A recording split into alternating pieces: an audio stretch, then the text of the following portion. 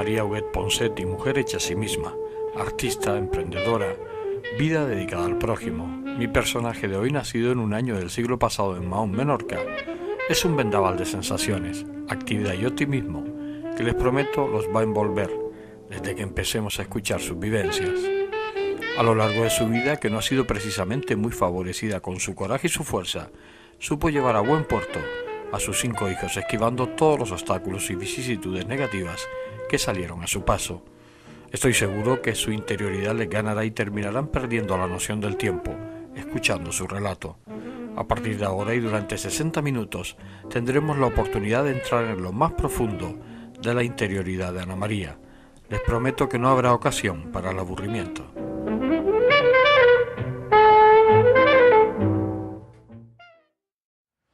Ana, ¿cómo son tus recuerdos de infancia?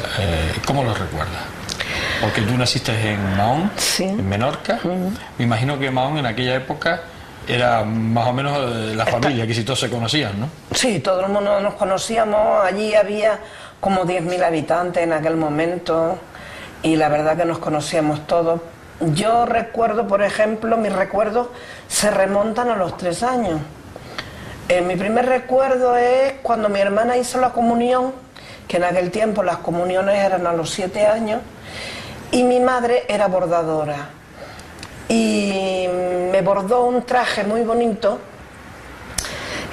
de flores, o sea, tenía flores en todo, digamos, alrededor de abajo del traje, que era de organdí. Era como unas margaritas, pero cada pétala tenía un color. Y recuerdo a mis hermanos, yo viniendo de la procesión de Corpus Christi, y como que a mí me dolían los zapatos que eran de charol. Y ellos me cogían debajo del brazo para cogerme y ¡upa! ¡Upa! Y así yo no caminaba, sino, ¿sabes?, a saltitos con ellos, porque mis hermanos eran mayores que yo. Sí. ¿Tú eras la pequeña? Sí. O sea, tú eras la pequeña y los otros eran mayores que tú, con lo cual... Mi hermana pues tendría 8 años y mi hermano tiene 3 más que yo, si yo tendría 6 años. 6 años. Estábamos en época de posguerra. ¿Se notaba la carencia de cosas en aquella época? Mira, como mi abuela tenía una panadería, pues pan no nos faltaba nunca. Yo no recuerdo mucho esa carencia que yo he visto después aquí en personas mayores que han contado sus historias, que decía que tenían que comer gofio nada más. No, nosotros comíamos normal, ¿eh? Sí recuerdo en el colegio, porque a mí me internaron a los 6 años en un colegio, recuerdo haber comido garbanzos con gorgojo. Eso sí lo recuerdo. También de merienda nos daban algarroba. Algarroba. Algarroba, y chupábamos la algarroba. Eso en el colegio. Pero en mi casa yo de pequeña no recuerdo haber tenido demasiada, nunca hambre. Recuerdo que allí, muy típico, en Semana Santa hacían unas pastas que se llaman formajadas, que son de carne sobrasada, rellenas, ¿no? Y recuerdo que mi madre las tenía dentro de una sopera que había en una vitrina, y yo de vez en cuando iba y cogía unas formajadas y las comía, las hacía pequeñitas, y yo decía, no van a enterarse de que está ahí. Y estas perrerías hacía yo de pequeño. ¿Cómo eran los juegos de aquella época? ¿A los niños a qué jugaban? Pues mira, jugábamos al teje, pero diferente de aquí. Jugábamos a la pelota, por supuesto, a la cuerda, jugábamos a las casitas. También recuerdo que tenía unos cacharritos de barro que jugábamos las cocinitas. Eso era un poquito más mayor ya, tendría como 8 años, porque a mí me sacaron del colegio a los 8 años. Estuve de 6 a 8 años interna. ¿Y las navidades? ¿Cómo las recuerdas? Ay, las navidades. Uy, en mi casa las navidades, mi abuelo siempre, cada año traía un pavo para Navidad. Lo traía una semana antes de que fuera el día de Navidad. Sí, vivito. Y me decía, no se le da de comer, ¿eh? Y yo, vale, pero después me daba tanta pena ver el pavo en el patio allí corriendo, y yo todo lo que me encontraba se lo daba al pavo, con lo cual cuando lo mataban estaba el buche lleno. O sea que ya el hombre estaba alimentado. Sí. El sentimiento de la Navidad era diferente. Era muy fuerte, muy fuerte. Sí, teníamos la misa de gallo, de las Navidades. ¿Tú ya notabas que estaba en Navidad por el ambiente que se...? Sí, preparábamos muchas pastas. Había unos pasteles que se llamaban amargos, que de amargo no tenían nada, eran de almendra y eran riquísimos. Pero en Menorca, lo típico de Menorca es que hay mucha repostería. Y en las Navidades hay una clase de repostería, en Semana Santa otra clase de repostería. Y yo la verdad no pasé hambre. No pasaste hambre. No. ¿Y los reyes? ¿Existían los reyes? Sí, sí. Pero me imagino que no eran muchos juguetes, o sí había... Pues mira, a mí me regalaron, que yo recuerde, también ya yo estaba en casa de mis abuelos, una muñeca que era de trapo, pero la cabeza era como de cartón, ¿no? Pintado. Y vino mi primo y empieza a sacudir la muñeca y se le desprendió la cabeza. Mi madre. Disgusto. Ay, Dios mío, yo llorando como una magdalena. Yo no sé si me la arreglaron o no. Eso no me acuerdo, pero sé que mi primo me rompió la muñeca. Te rompió la muñeca. Tu vida sigue en Menorca, a los 8 años te sacan del colegio, ¿sigues estudiando después o ya te pones a...? No, yo sigo hasta los 11 años. ¿Hasta los 11 años? Porque mi padre vivía en Barcelona. Ya se habían trasladado a Barcelona. No, mi padre se separó de mi madre. Ah, vale. Fue como, no sé qué es lo que pasó, la cuestión es que mi padre se fue a vivir a Barcelona y a los 11 años vino mi padre paralítico. Y me sacaron del colegio y me pusieron a hacer bisutería con un soplete.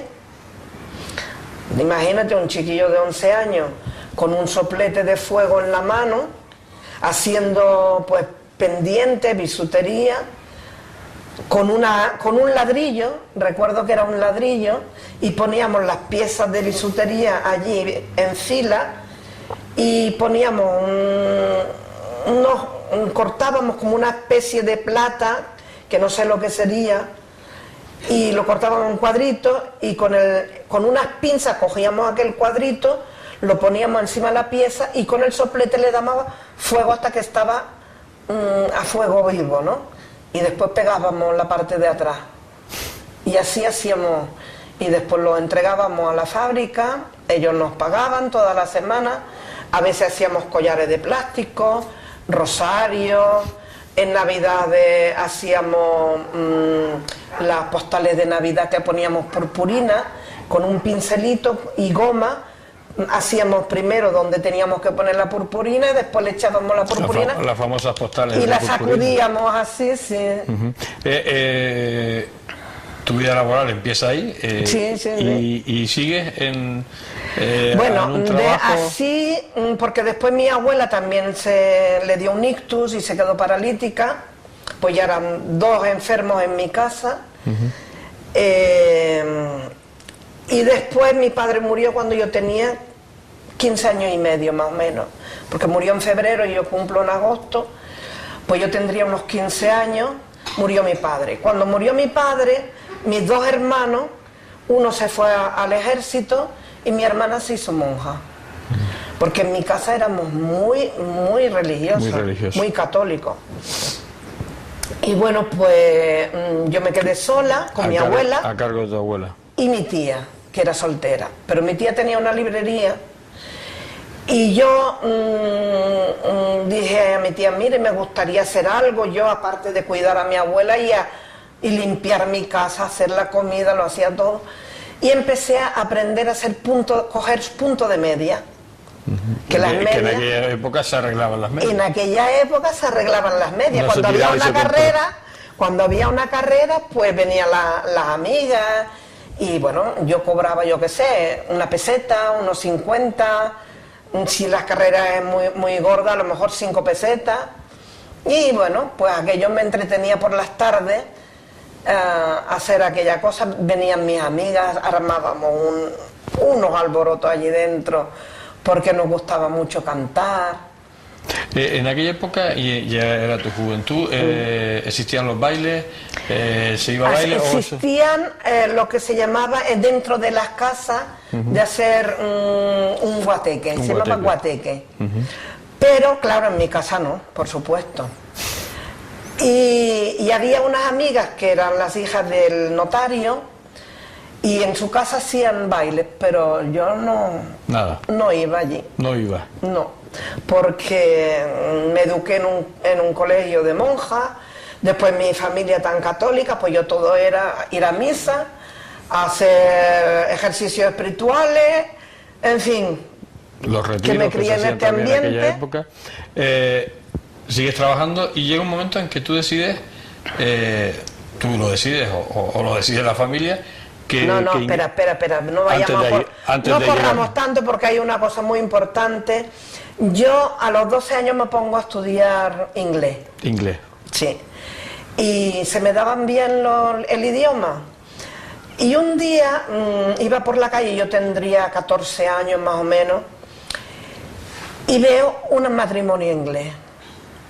Y no sabía, pero lo abordo y le pregunto qué hora era en inglés. What time is it?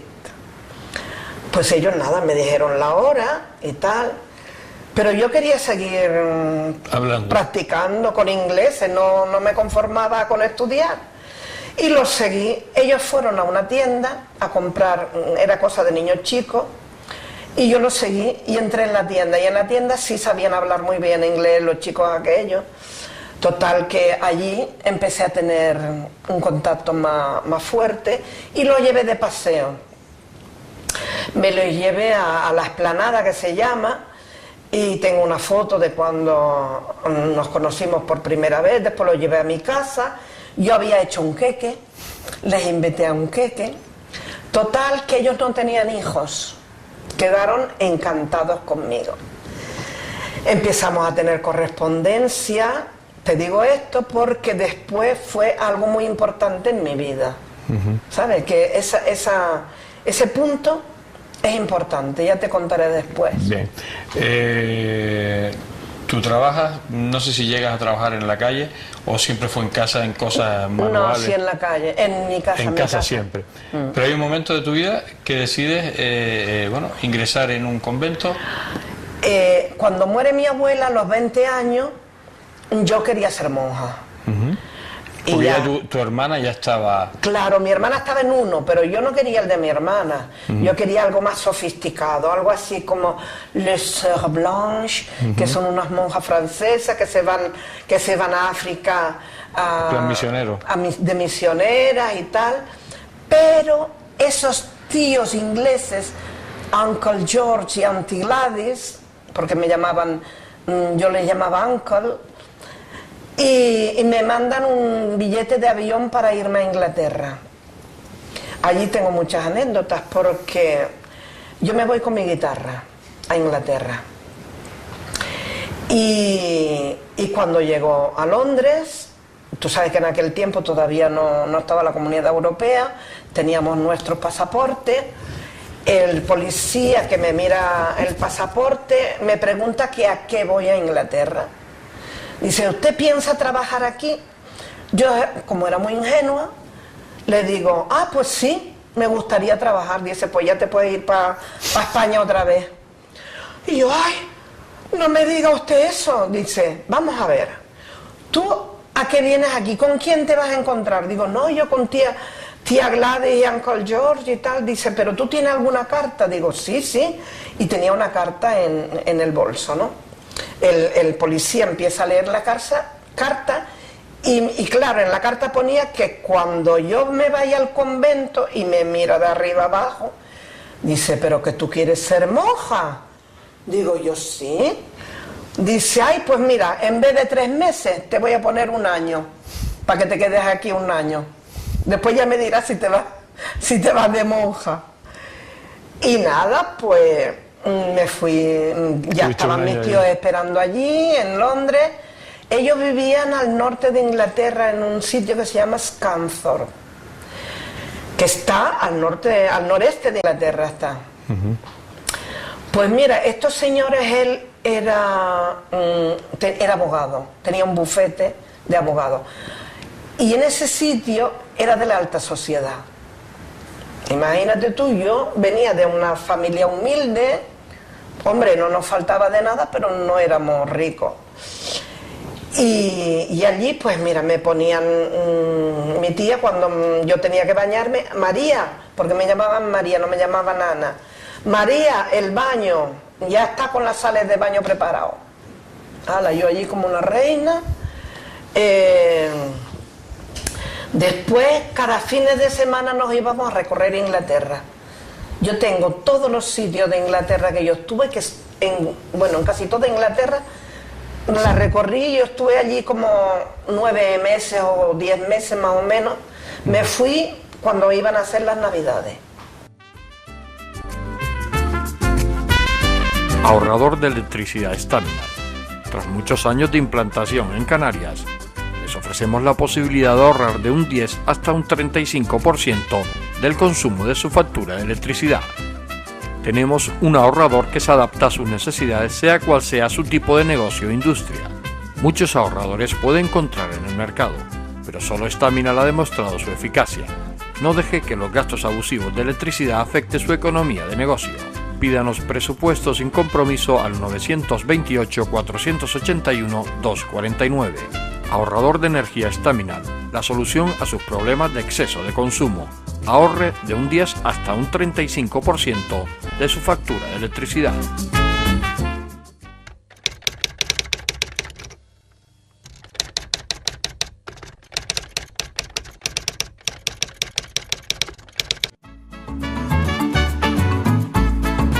El ahorrador de electricidad Staminar es el único aparato en el mercado que reduce el consumo de electricidad tras haberse instalado en miles de hogares en Canarias.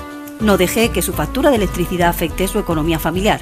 El ahorrador Staminar le garantiza una reducción de un 10 hasta un 35% de su recibo de luz.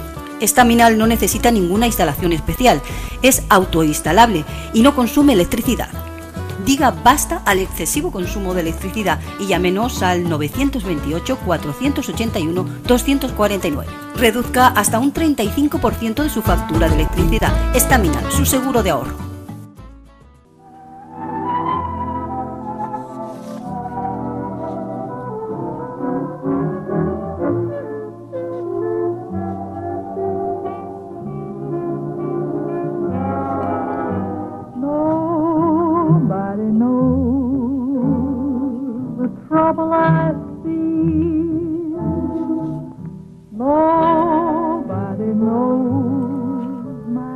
Acabamos de escucharla en el primer tramo de esta entrevista. Su niñez en Mahón, el optimismo que desde pequeña ha marcado su vida y el interés por descubrir lo que hasta en ese momento era desconocido para ella.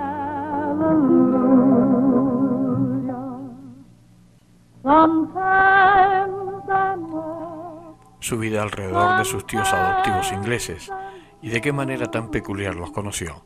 Su retirada del colegio a edad temprana y la obligación, a pesar de su corta edad, de asumir las responsabilidades de un adulto.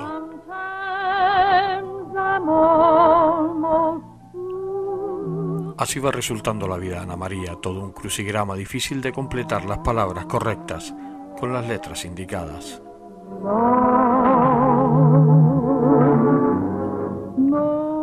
Pero todavía nos queda mucho en nuestra estancia con Ana, así que vamos a seguir escuchándola.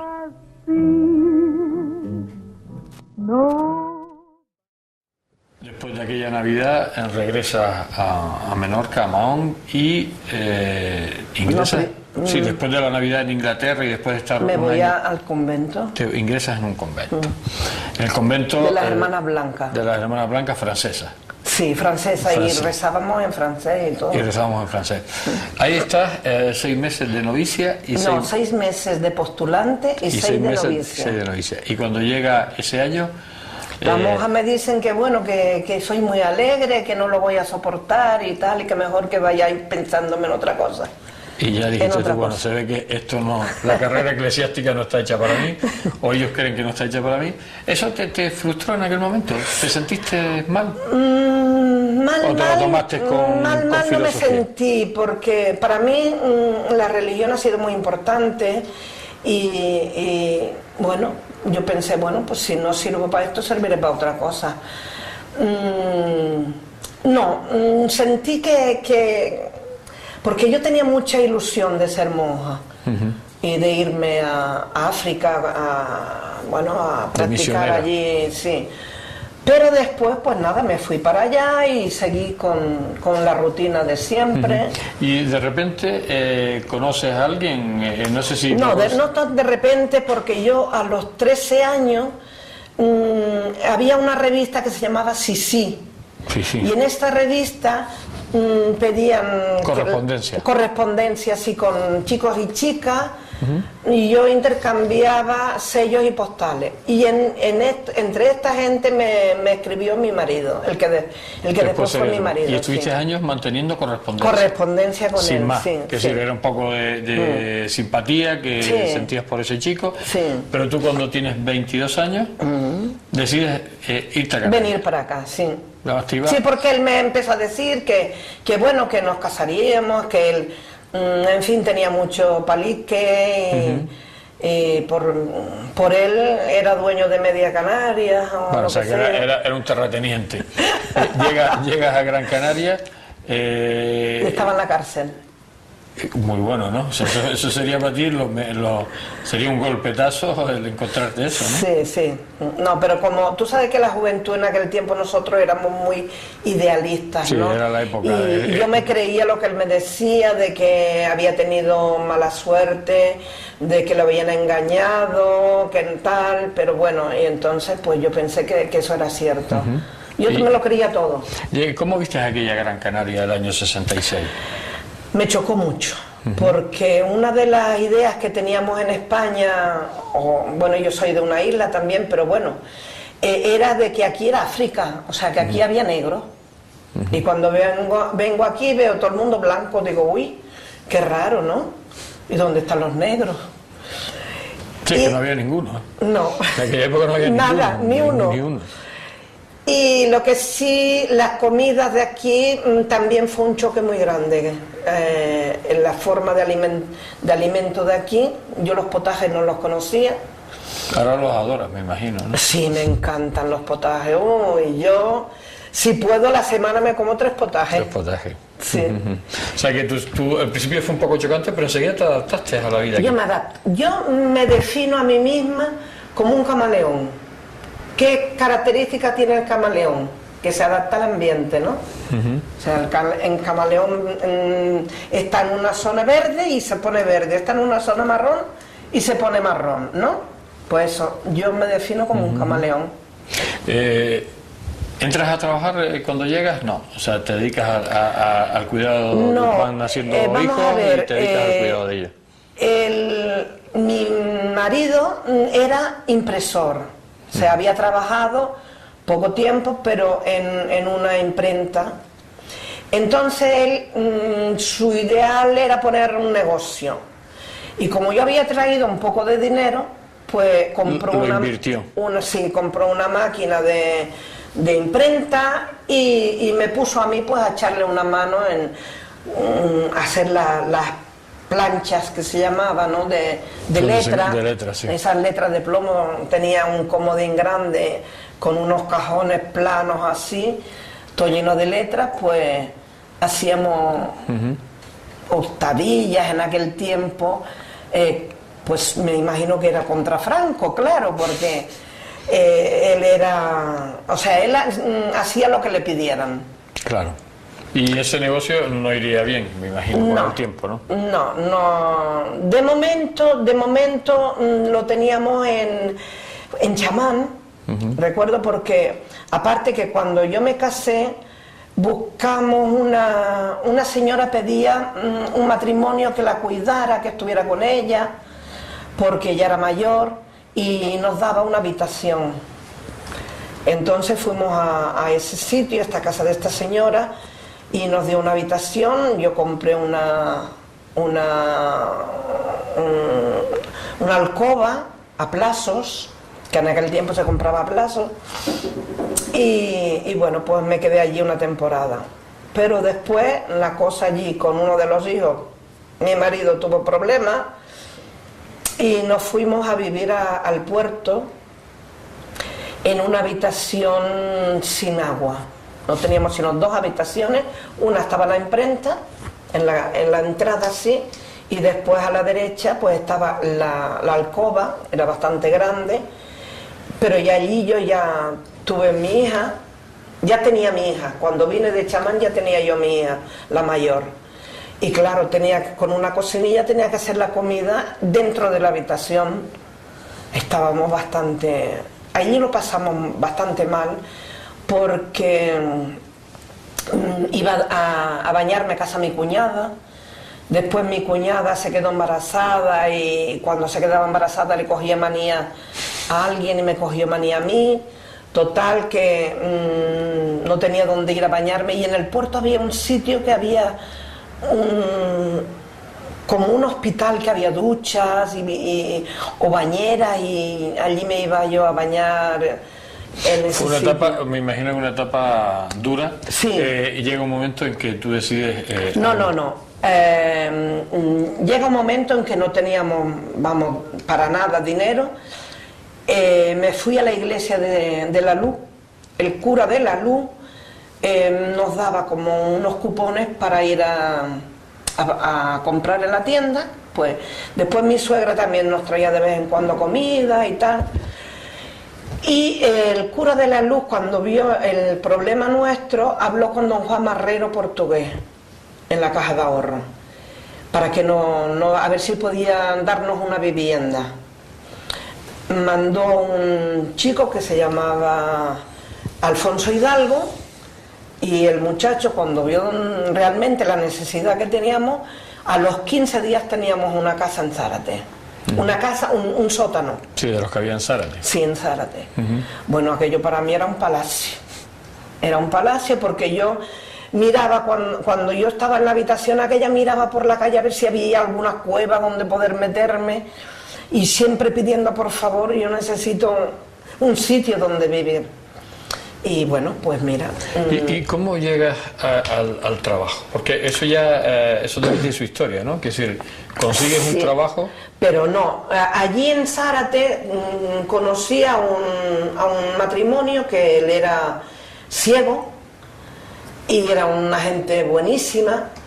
Y ese ciego, Ricardo Rubio, ese señor me consiguió una entrevista con don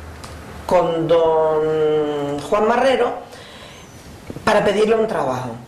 Y fui allí a él a hablar y me dijo, mira, van a abrir una oficina en la calle Benartemi, si quieres, para ir a limpiarla. Digo, bueno, pues a limpiar la oficina.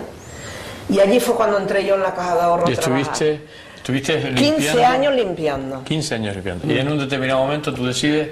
No decido yo nada. Yo no decido nada.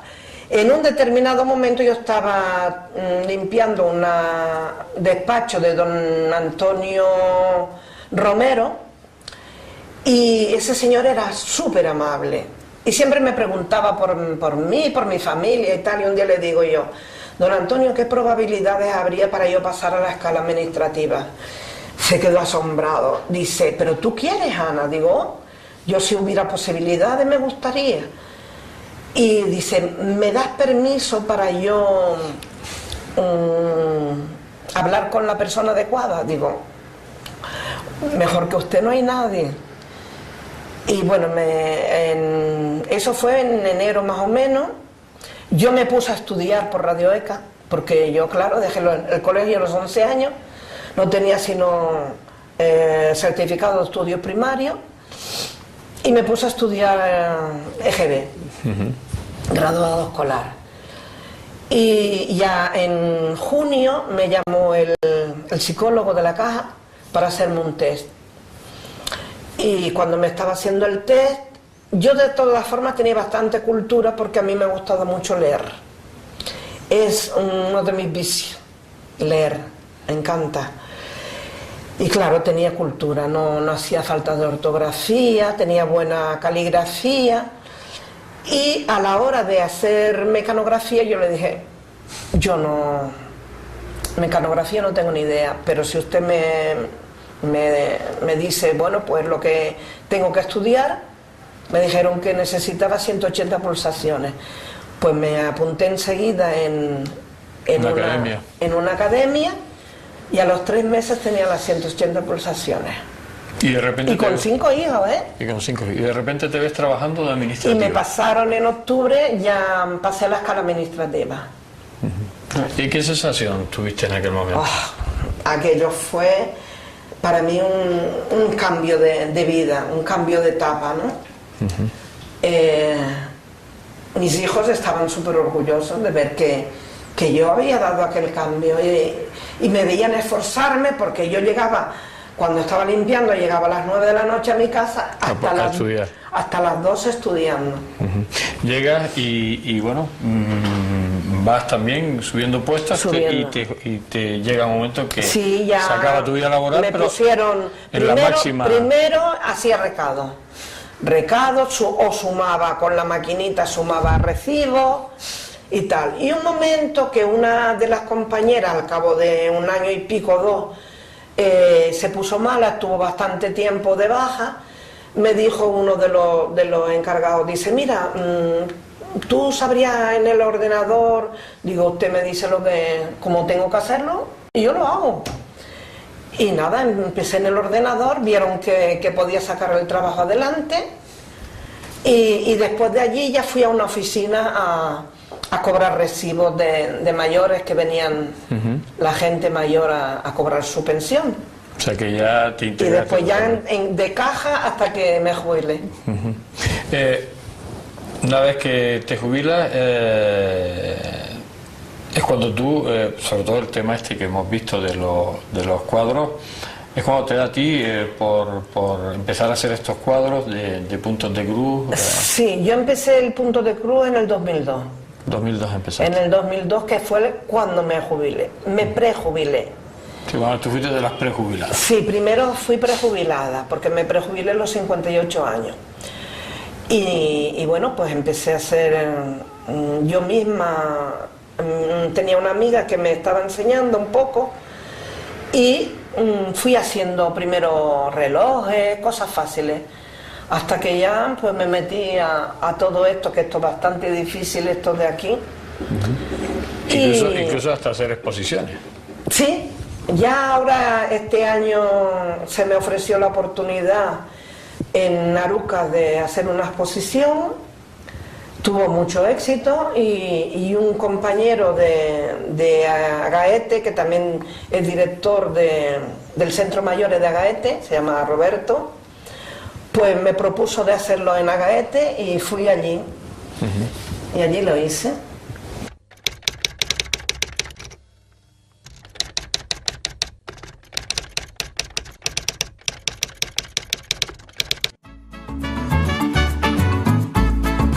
El ahorrador de electricidad Estaminal es el único aparato en el mercado que reduce el consumo de electricidad tras haberse instalado en miles de hogares en Canarias. No deje que su factura de electricidad afecte su economía familiar.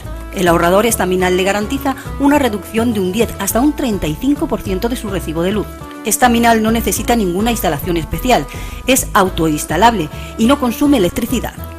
Diga basta al excesivo consumo de electricidad y llámenos al 928-481-249. Reduzca hasta un 35% de su factura de electricidad. Estaminal, su seguro de ahorro.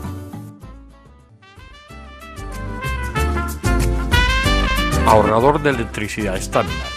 Tras muchos años de implantación en Canarias, les ofrecemos la posibilidad de ahorrar de un 10 hasta un 35% del consumo de su factura de electricidad. Tenemos un ahorrador que se adapta a sus necesidades, sea cual sea su tipo de negocio o industria. Muchos ahorradores puede encontrar en el mercado, pero solo Estaminal ha demostrado su eficacia. No deje que los gastos abusivos de electricidad afecten su economía de negocio. Pídanos presupuesto sin compromiso al 928-481-249. Ahorrador de energía Estaminal, la solución a sus problemas de exceso de consumo. Ahorre de un 10 hasta un 35% de su factura de electricidad.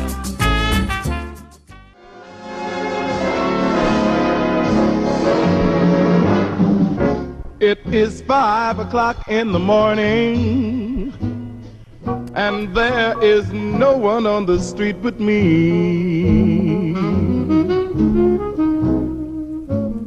Tal como les había prometido, no ha habido lugar para el aburrimiento, apasionándonos con sus vivencias, su ingreso en el convento, su llegada a Gran Canaria, de donde nunca más saldría. Sus tiempos duros, pasando verdadera necesidad, su fuerza de voluntad y superación, que la llevó a ese progreso de su vida laboral, que le permitió alcanzar cotas que demostraron al final que si se quiere, se puede, como ella nos advertía en algún momento de la conversación. If you are where you ought to be this morning. Sus convicciones religiosas, por otro lado, le han permitido dedicar parte de su vida en ayudar al prójimo, siendo muy sensible a las penurias que la rodean.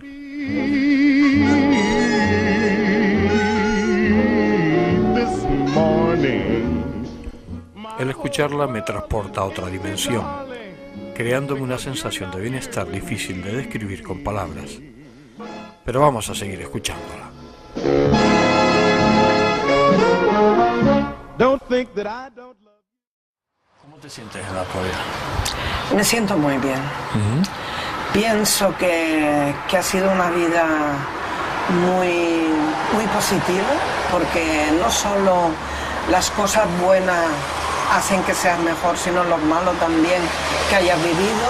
Yo creo que más bien lo malo es como una enseñanza que te da la vida para que uno no sea tan prepotente, sea un poco más disciplinado. Yo ahora me encuentro muy bien, muy en mi centro. Me gusta, sigo leyendo y estudiando cosas. Estoy en un grupo que se llama Sociedad Antroposófica.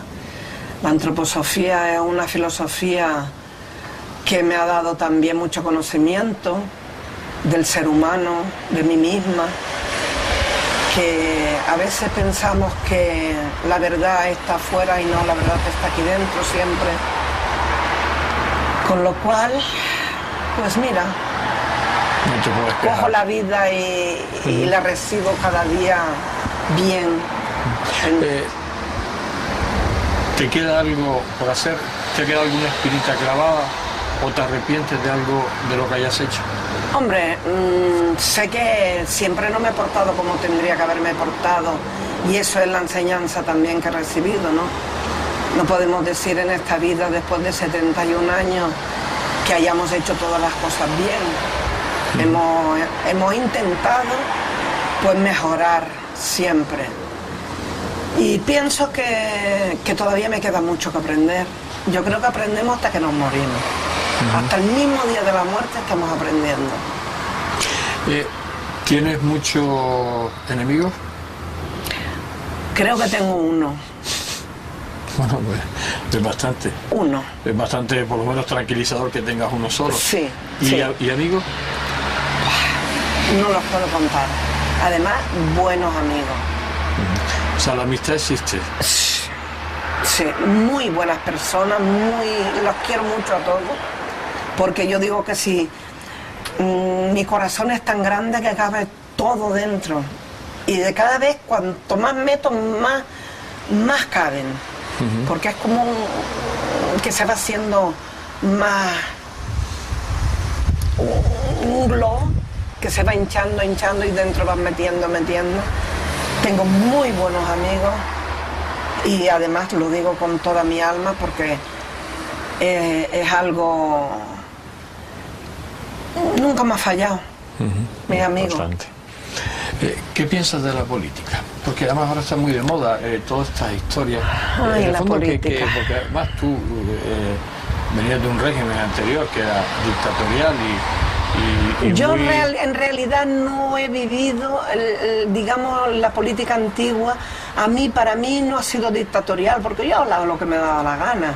Si teníamos que contar chistes de Franco, lo contábamos. Claro, cuando mejores chistes se contaban era en la época de Franco, Sí, por él, ¿no? sí. Pero hoy en día yo veo que ha dado un paso atrás muy grande la política por toda la corrupción que hemos visto que ha salido por ahí, ¿no? Pienso que los políticos deberían de ser vocacionales. No debería de ser político, no debería de ser para poder sacar algo de la política, sino para ofrecer algo. Es muy difícil, porque el ser humano en sí solemos ser muy egoístas.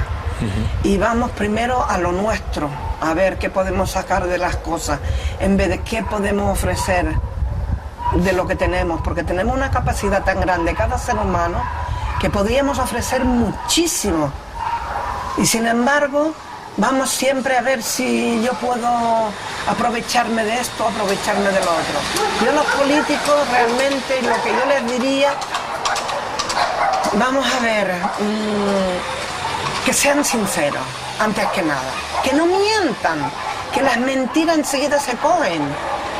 Hoy mismo estaba escuchando de Podemos, que cobraba a veces en dinero negro, y si él quiere dar ejemplo de algo, tiene que ser intachable, pero una persona intachable, yo creo que no sé si tú recuerdas que una vez, no sé si era Sócrates, que iba con un farolillo y le decían, ¿qué estás buscando? Pues una persona honrada, y no la encontraba. Y es verdad, hoy en día, hasta mirarnos a nosotros mismos, ¿somos realmente honestos? ¿Somos capaces de tener esa honestidad franca, de decir, no miento para nada? ¿Tienes muchos proyectos? Pues sí. Porque tú no paras, ¿no? No, porque ¿para qué? Si el día tiene 24 horas, se pueden aprovechar, ¿no?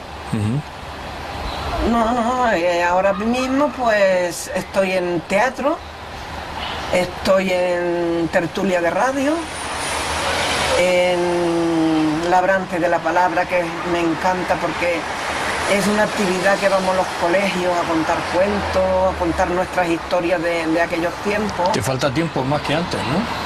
Cuando A trabajabas, veces, ¿no? a veces sí. Pues tienes más actividad que antes, ¿no? Sí, y la relleno con el punto de cruz. Porque encima después tienes que tener tiempo para hacer tus cuadros. Claro. Pero además tus cuadros necesitan tiempo, ¿no? Uf, que sí necesitan. Muchísimo. Sí, porque la gente lo ve y dice qué bonito, pero no sabe las horas que te has metido con él, ¿no? Sí. O sea, que Cada fuerte. cuadro menos de 3 o 4 meses y dándole muchas horas. 3 o 4 meses. Sí. O sea, por eso tú nunca los has vendido los cuadros, tú los No, has yo los regalado a regalo. quien consideras que debe regalarse. Sí. Porque incluso en tus exposiciones nunca estuvieron a la venta. Nunca. Jamás. ¿El dinero para ti es algo para vivir, que te permita vivir? Que permite vivir, por supuesto, y es necesario el dinero. Sin dinero yo veo que las personas que no pueden atender lo básico de un ser humano, que es el comer, el vivir, tener donde vivir y tener con qué vestir, eso es muy necesario. Es muy triste que una persona ni siquiera para una medicina pueda tener un dinero. Por eso los que tenemos algo hemos de apoyar a los que no tienen. Eso para mí es muy necesario. Y el tema de las ONGs estas, que bueno, hay muchísimas ONGs, pero que después se ha descubierto que son negocios, que son historias. A Eso mí ha jugado un poco con... me duele en el alma. Yo tengo 2 ONG que creo en ellas. Yo sé que algo habrá que se pierde por ahí, porque en todo pasa lo mismo, ¿no? Pero para mí la Cruz Roja y Cáritas, ahí es donde yo puedo apoyar. Digo, lo hago con una tranquilidad, porque sé que ayudan cuando es necesario. Que es importante. ¿Cómo te gustaría que fueras recordado en el futuro, cuando no estés? Como alguien que ha sabido amar. Nada más que eso. Nada más. El amor importante. En tu vida. Importante. Pero no un amor como muchas veces lo entendemos, un amor de atracción, no. El cariño, la ternura, el sentimiento que se pone en ese amor. ¿Y tus hijos forman parte de eso? Hombre, mis hijos, mis amigos, los hijos de mis amigos, porque los hijos de mis amigos son también amigos míos.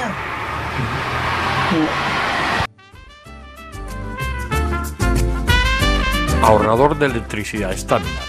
Tras muchos años de implantación en Canarias, les ofrecemos la posibilidad de ahorrar de un 10 hasta un 35% del consumo de su factura de electricidad. Tenemos un ahorrador que se adapta a sus necesidades, sea cual sea su tipo de negocio o industria. Muchos ahorradores puede encontrar en el mercado, pero solo Staminar ha demostrado su eficacia. No deje que los gastos abusivos de electricidad afecten su economía de negocio. Pídanos presupuesto sin compromiso al 921-481-249. Ahorrador de energía Staminar, la solución a sus problemas de exceso de consumo. Ahorre de un 10 hasta un 35% de su factura de electricidad.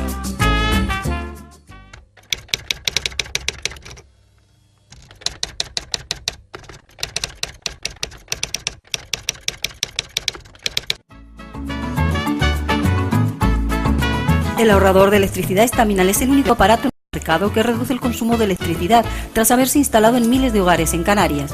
No deje que su factura de electricidad afecte su economía familiar. El ahorrador Staminar le garantiza una reducción de un 10 hasta un 35% de su recibo de luz. Staminar no necesita ninguna instalación especial, es autoinstalable y no consume electricidad. Diga basta al excesivo consumo de electricidad y llámenos al 928-481-249. Reduzca hasta un 35% de su factura de electricidad. Staminar, su seguro de ahorro.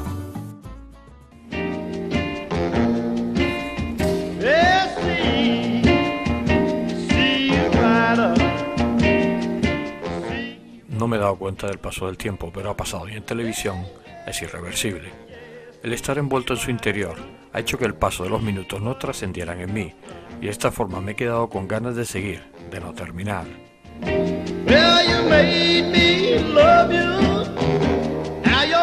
Otra cosa que me ha llamado la atención de Ana es su buen humor presente en toda la entrevista, que tanto a mi compañera en la cámara como a mí nos ha hecho pasar un rato inolvidable. Su cantidad de proyectos en la actualidad impresiona y, como no, su arte en punto de cruz, que es capaz de realizar una Venus de Milo como un paisaje marinero y que ha culminado con sus 2 exposiciones en Arucas y Agaete.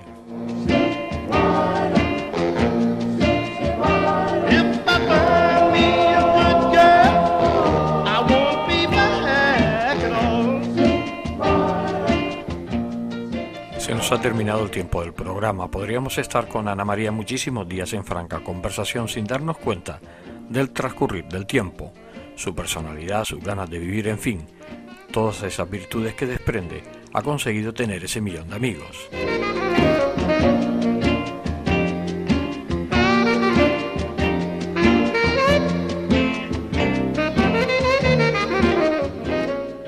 Ana María Huguet Ponseti, artista, mujer hecha a sí misma, madre coraje, profesora de la vida. Gracias por dejarnos entrar en tu mundo y, lo más importante, por habernos hecho ganar un poco más de vida. Llega el momento de la despedida después de degustar un humeante café acompañado de una chocolatina que nos dio, ya fuera de la cámara, para una hora más de intercambiar nuestras ideas. Si les soy sincero, no tengo ninguna ganas de marchar, pero ya saben, queridos amigos, que la televisión manda, ¿qué se le va a hacer?